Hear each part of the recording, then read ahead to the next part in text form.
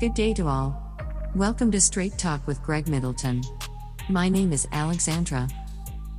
With this introduction, here is Greg. Good day to everyone, and welcome to my show, Straight Talk with Greg Middleton. I have a guest that I've been trying to get on my show for a couple of months here, who's a friend of mine for years, Phlunté Riddle, and we're going to find out all about her, Dr. Phlunté Riddle, excuse me. But before we get started here, I always like to open the show with prayer because I want to bring the Holy Spirit into the conversation with us. So could you bow with me for a second? Mm-hmm. Heavenly Father, come here and be in the studio with us and bless us that we may be delivered to your people the message that you want us to deliver. Bless Phlunté as she engaged in this political campaign, and I'm all in her corner, and I'm just going to say straight up front, I want you to be in her corner too. So I pray this in the mighty name of Christ Jesus. Amen? Amen. Thank you. All right. So the way my show works, when I have a guest, I usually like to take a comfortable part just to get to know who you are. And then in the second segment, we'll get to know what you're doing. Okay.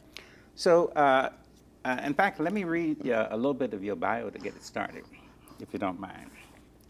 Dr. Phlunté Riddle is a lifelong community leader, an educator, businesswoman, and a public safety executive. She spent her career addressing community safety issues and advocating for those in need. Phlunté spent nearly 30 years serving Pasadena and honoring her leadership skills at the Pasadena Police Department, moving through the ranks as a police officer, patrol officer, detective, and community liaison. She broke barriers when she became the first African-American female sergeant, on to lieutenant, and then a sworn adjutant for the chief of police, and the first in the history of the Pasadena Police Department. Quite impressive. I'm tired. Quite impressive. So tell me this, like I said, I'd just like to get to know a little bit more about you personally. So let's start with your family. What would you, tell me about your family. Were you born in California? No, actually, I wasn't born in California. I'm born in Brooklyn, New York. Whoa, go ahead. Yes, I know. My family on my side has been interesting. My father's from Jamaica. Wow. Yeah, so I'm first generation born. Exactly, first generation born in the United States, Very and my nice. mother's from Birmingham, Alabama. Wow, so you got that southern roots. I do. I've never been in the South personally. Wow. But my mother was very Southern. You don't really want to go down there back then. I'm not, no. My mother actually was forced to leave when she was 17. Wow. Because she didn't know her place, and her mother and grandparents feared for her safety. As they said back then, she didn't know how to keep her mouth shut. Right. And so it was not safe for her, and it was a time when African Americans, were not treated, and treated fairly. And so she was sent to live with her aunt in Baltimore. Okay. And that's where she, transitioned from. But I've been in California since I was about, I guess, 2 or 3 years old. So I'm definitely a Californian. So you are definitely always California. Yes. And when my parents divorced, my mother moved us from Los Angeles to Pasadena. Right. Yes, so I have 2 sisters. Right. And so, second grade all the way up, I've been at Pasadena Unified School District. Where did you get we'll talk about occupation later, but is there anybody else in law enforcement in your family? Not in so yes and no. My father worked in New York. He went back to New York after my parents separated. Okay. And so he was not part of my life until I got into my teen years. Okay. And I would go visit sometimes in the summer.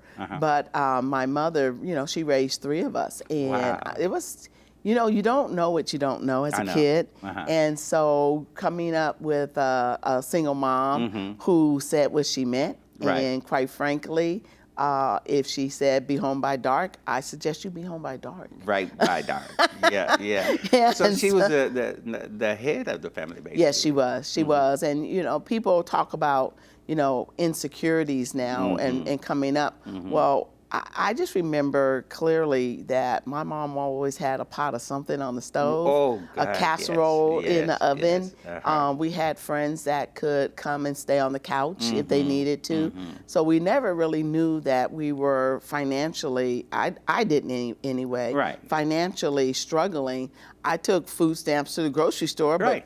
but okay. Felt normal. It just was a norm, you know. Right. I didn't realize that meant it was Right. government assistance. And I didn't know that literally until I got into high school. And, you know, we moved 4 times, and my mom was able to keep us in Altadena. Right. And I'm grateful because I kept my friends. And looking back on it, that tells me she was struggling. We didn't own a house, Right. but we lived in nice places, always had a house. You know, this is such a common story among our people, and we have to shed this shame that people sometimes put upon us, because we grew up as we grew up. We didn't make our life that way, but we got endured through it. Yeah, You know, because I grew up poor, and I didn't know I was poor. Nobody told me. You know, so I grew up in love. People Yes, loved me. they did. So you didn't know that you were poor. You know, but I grew up in that ugly South, so a lot of things smack you right in your face. Right. I would have been like your mother, who he don't know his place. You know what I mean? So I actually moved from Tennessee to California because I would have probably been shot or something. I just couldn't conform to that Right. kind of thing. You know, it's interesting because my grandma, on my mother's side, they're mulatto. And, you know, my great-grandparents were slaves until they were like 7 or 8, and their fathers were white. Wow. Yeah. And very mulatto. Trust me, when you see, if I showed you family photos, Right. you'd be like, whoa, what? Wow. Are they white or, you know, Right, you wouldn't right. know. But when you're in the South, you know. Oh, you know. for sure, for and sure. so my mother came from that kind of environment. They were not, they were well-to-do for for Southern Negroes. Right, right. And because they had trades. And, but with all that being said, you were still, you Right. had your place. Right. And so my mom never wanted to conform to that. But she did say years later, and I'm skipping ahead, Right. you know, at least in the South, you know where you stand. Exactly. In California, she Ooh. said they'll smile at you and beat you down with a pencil. And I never got that until I started working for the police department. And so we'll go there in a minute. Right. But, you know, when I was in middle school, I did well. Okay. You know, I did well, and again, but when I went to John Muir, so I went Loma Alta Elementary, Wow. McKinley for 7th grade, because that Yes. was busing. Uh-huh. Even though I didn't know that. Yes, busing came to California. Wow. Came to Pasadena first, as a matter of fact. Lots of stories behind that. I've done a lot of history on then then Governor Reagan, Right, and right. the interference with, you know, and that's where the birth of private schools come in. Wow. So yeah, I came through that era of the 70s, and so literally I was bused from Altadena to McKinley. And then my mother said, we live 2 blocks from Elliott. Right. You are not going to be bused. And so I went to Elliott for 8th grade. It sounds like your mom was a very strong That's character. a good word for it. I get it honest. Well, did you get that your personality, your leadership role, and all of that from your mother's strength? I do. I saw her be very resilient. You know, as again, moving and us living with a friend for a while. Right. We came up, you know, believing in God and Right. Jesus. Right, And, you know, it was you treat people the way you want to be treated. Right. I mean, we talk about the Pasadena way. That was my mom's belief. You don't disrespect people. Right. You don't look down at people. You better be grateful for everything we have. She was firm in that kind of thing. And there are so many individuals in and out of my older sisters into the whole I was going to ask acting you, she's tice. older than you. Yeah, Okay. she's into the whole theatrical life, and she was a Ford model when 17, traveling Fantastic. all over Europe and everything. So when she came home, her posse, her group came with her. So it was not uncommon for us to have entertainers and various people that were in the modeling industry. So I grew up with a very rainbow kind of life. Very nice. And I was going to Yeah. ask you that too. Did you experience overt racism much as you were growing up as a child? No, I didn't. You know, Altadena, it was everybody lived there. It's kind of country. It was kind of Mayberry. You know, you didn't Yeah. have sidewalks and the street lights. precise. And then obviously Pasadena, you just cross Woodbury. Kids don't know. Right. You don't know municipality or county. Who Right. knows? It's Woodbury. You north or south. There you go. And so that didn't come to me until I started working for the city. But what I did know is that the sheriffs, you know, I lived right off of Lincoln and Altadena Drive, and so the sheriffs ran Altadena, and if you went into Pasadena, you had blue uniforms. Oh yeah. So and so when I was at John Muir, an officer came for 10th grade for career day. Nice. For career day. Right. And he, you know, said that, you know, we had career day. If we would love to have community, you know, youth come into the police department and come as cadets, cadets or explorers, you know, gave us the various areas, civilian or sworn if you turn 20 and a half. And what was interesting about that is he talked about keep your credit, I don't have any credit, keep your credit, you know, go to school, don't get arrested, don't do this, and we really want people from the community, and we want men and women, young people like yourself. I was intrigued. Tell me, okay, let's go straight on to the occupation because that's very interesting to me. Who inspired you to become a police officer? My husband's father, Ralph Riddle. First Negro or colored, whichever way his badge said, in the Pasadena Police Department, 1946. Came home from World War II, just like a lot of veterans did. And they went right into police, fire, different service communities, city service jobs, and he went right into the police department. At the time you joined the force, were there many female? No, there weren't. There weren't many of us so at you all. were like breaking ground. Well, you know, I do remember there were two female African American officers. One Judy and Kim. I won't say their last names. I mean, not like that. But and I looked up to them, and they both left, you know, as officers or a detective, and for other reasons. And it was hard. It was hard. Tell me this: how? What's they call it, misogynistic? How? It's a very male-dominated. Law enforcement and the fire department, you know, we're brothers and sisters there. Right, of course. But it is male-dominated. When I came in, it was very paramilitary, and there were a lot of prior military. Not so much now, but when I came in, it was that way. And so, you know, I didn't realize it at the time. I heard the word, but I didn't. Naive. I didn't know what it meant, but I was called an affirmative action hire. So when the Supreme Court just recently, you know, cut that back. Not cut it back, destroyed it. Oh, God. Yeah. You know, for college, I thought, wow. If it had not been for, because there was a time when the police department, I have the flyer, someone sent it to me as I look at this recently, where you had to be 5'11" to become a police officer. Well, I'm 5'6", so I missed it by a lot.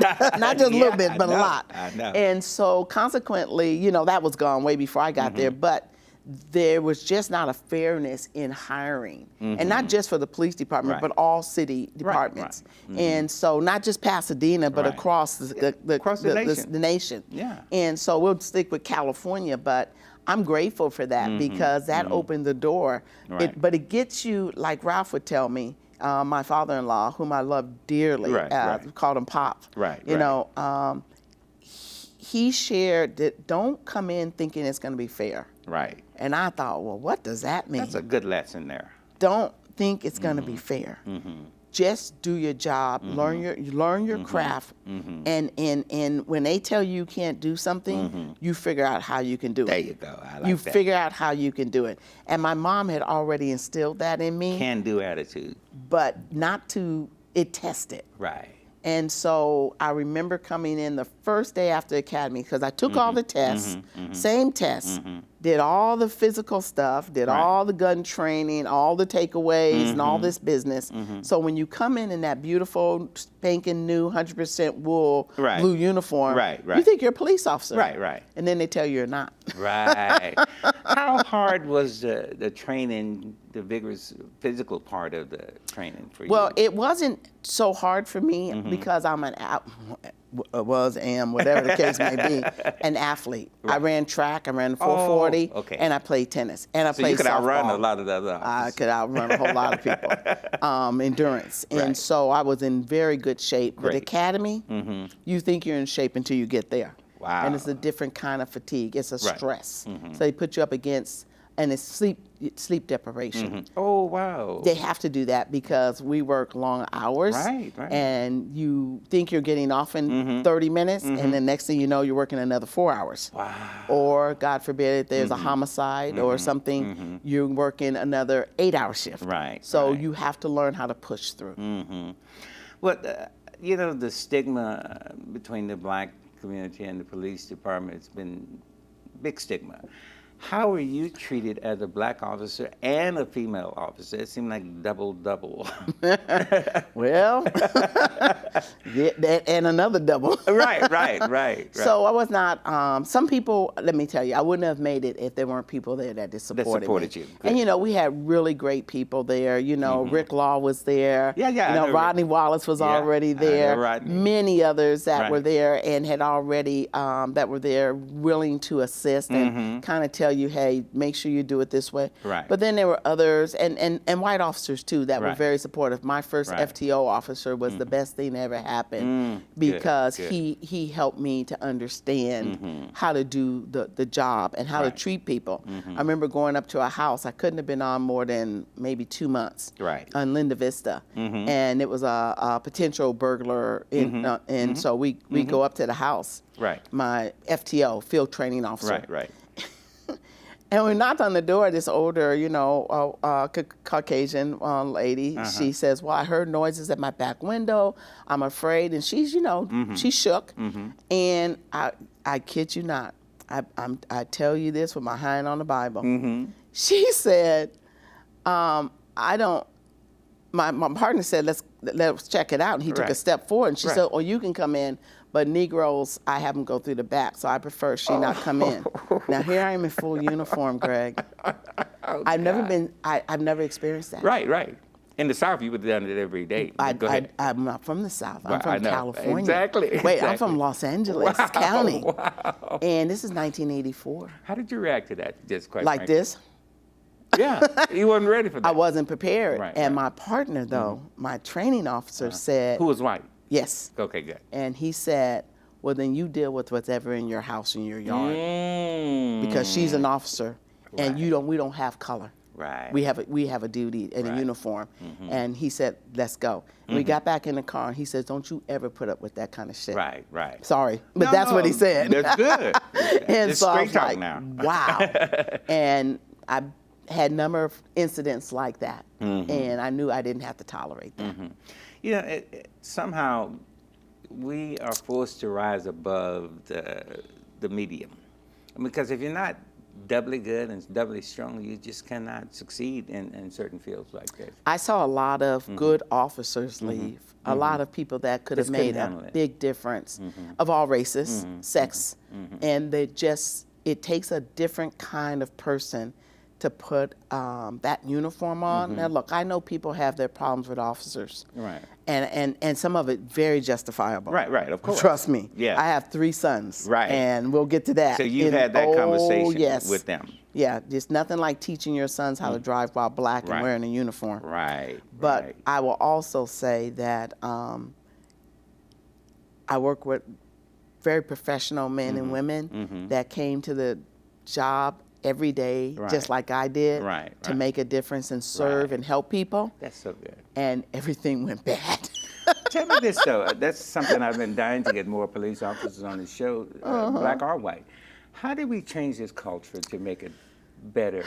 It's just so, a long history of bad. But it seems like we have matured enough to change that now. We're intelligent. We understand that we're equal under God. Well, not by society standards, but under God, it seems like we would be trying to advance. Look like we're going backwards, in other words. We've had some significant hits. Okay. Look, I knew as a detective, I was in Miami, Florida, on an extradition, which means someone had committed a crime here in California. Judge says, this person has fled to this state. We want you to go get them and bring them back and hold them responsible. That's called an extradition. So I'm there with a partner, and I turn on the TV in my hotel room at 6:30 in the morning, get myself ready, and I'm on CNN, and I see Rodney King. Didn't know his name. Oh, yeah. But I see a tape. And you saw that beating, yeah. And I just went, I sat down, and I literally, I'm getting emotional here. Right. I literally could feel myself. Right. It just like, stop hitting. Stop. What are you doing? And my first thought was, where's the sergeant? Not knowing that the sergeant was on scene. Because sergeants are responsible for helping the officers to pull back because you get emotionally involved. Shouldn't, of course, but with people, they're human. You cut me, I'm gonna bleed red just like you. Exactly. But it hurt my heart. It really hurt me, and I knew right then that things had changed. Right. Because now it was seen. Right. Now I had never seen anything like that in my experience. Even in the field yourself. I had not. Right. Because we all, at that particular point, you know, I've been hit. We've been all like, it was the 80s and 90s were wild. Right. Of course. Drive-bys, a lot of shooting. People don't know what Pasadena. It was we weren't allowed to say we had gangs in the early 80s. Right. But I knew. You lived here, you know. But the city didn't want that, so it's okay. We all have to. We all evolve. I know. But I will share with you that I had not seen anything like that, and it hurt many of us. Well, advancing forward, Ray Floyd. Same kind of reaction. George Floyd. Yeah. That's okay. Same reaction. It was, and I kept saying, "Get off of him." Get off of him. What are you doing? And you know, officers across this nation were impacted by that incident, and people say, "Oh, they're all like that," but then I can't help you. I can't have that conversation because that's not possible. But I'm glad you're running for assembly, and we need people to advance up because we need to change the culture from the top down. So it just cannot be allowed to do certain things. Look, I'm running for a number of reasons, and we've moved way past, you know, that topic. But one of the reasons that I know that I can be effective is because I have life skills. Plenty of them. Life skills. And not just in this area, but starting from my upbringing with my mother. And how to manage a family and do a very difficult job and go to school and deal with a mother who's had cancer and taking her for treatments and then dealing with your own medical or your child's medical. Managing and helping officers and other people throughout this community. When you say Phlunté Riddle, or you just say, most people call me Riddle because they can't pronounce Phlunté. It's French Creole. My granddad on my mother's side was French and black, and so that's where Phlunté comes from. But you know, it's I will never forget being so hurt when I was a new officer, a rookie, because I would have people that I went to high school and they would call me a sellout, a house in. Oh, boldly. And if they did something to break the law and I was the person that was there and you know, had to arrest them, they would attack me verbally and say, you know, very ugly things and why am I being used by, you know, these people and, you know, the police and stuff. So you get it from both sides. And you just have to learn how to manage that. And that helps you to be, you know, how to navigate through all that. Tell me this, so would it be something that we could do by having officers come more out in the community so people become not afraid of them? Because like I said, these are human beings. Officers are human beings with families and everything. How can we do some kind of outreach to the public to... You know, I joined a organization called NOBLE, National Organization for Black Law Enforcement Executives. And so it's primarily lieutenants and above, and a lot of command staff. And the purpose, it started in New York City in '73, community policing. Well, Chief Robert McGowan. Right. Was a chief that I came under. That was a partner with my father-in-law, Ralph. Okay. Back in the day, he retired 1 year after I came on. But he literally was the father, if you will, of community policing. Right. So Ralph, my father-in-law, was literally taken after the Watts riots from inside the police department over to City Hall in the basement. Wow. And became the first community policing officer. Wow. Under Bob McGowan. Nice. And I only say that is because we've been working on community policing since the Watts riots officially. Right. I mean, you know, different and you know, Chief Oliver brought in his, and Barney Malikian, you know, tweaked that, and then you know you had Sanchez. Everybody it works on it, but it's a culture. We're getting back down to the last 2 minutes of this segment. But how, did you know Cheryl very well? Oh gosh, yeah. I say, you know, when Cheryl came in, I was trying to push for her. Yeah, and when Cheryl came in, you know, it was a culture shock for her. Right. Because Pasadena is different than LA. Was she from Long Beach or somewhere originally? But she had military. So she understood more than I did where she was working. Right. You know, and what to expect. And I'm very proud of her, you know, that she came through the ranks and that she became one of the first, just like me. She has her own first. Right. And was able to promote to not only commander, deputy chief, but then acting chief. But Do you there's know what always she's doing these days? She's here. She's doing some. She's got her own, you know, path now. Is like community service still in her pathway? There's a lot of things in her pathway. Okay. She's very, very good. She has a lot I of. still want to get her on this show. I was trying to get on the show while she was running, you know. Right. But it didn't work out. And here's the thing: you don't run for chief. You get appointed. Exactly. Yeah. So it's not an election. Yeah. Yeah. The city manager appoints. Yeah, but I was so geared for her having a chance to at least get that position. But she's not retired. Yes, correct? she is. Okay. She is.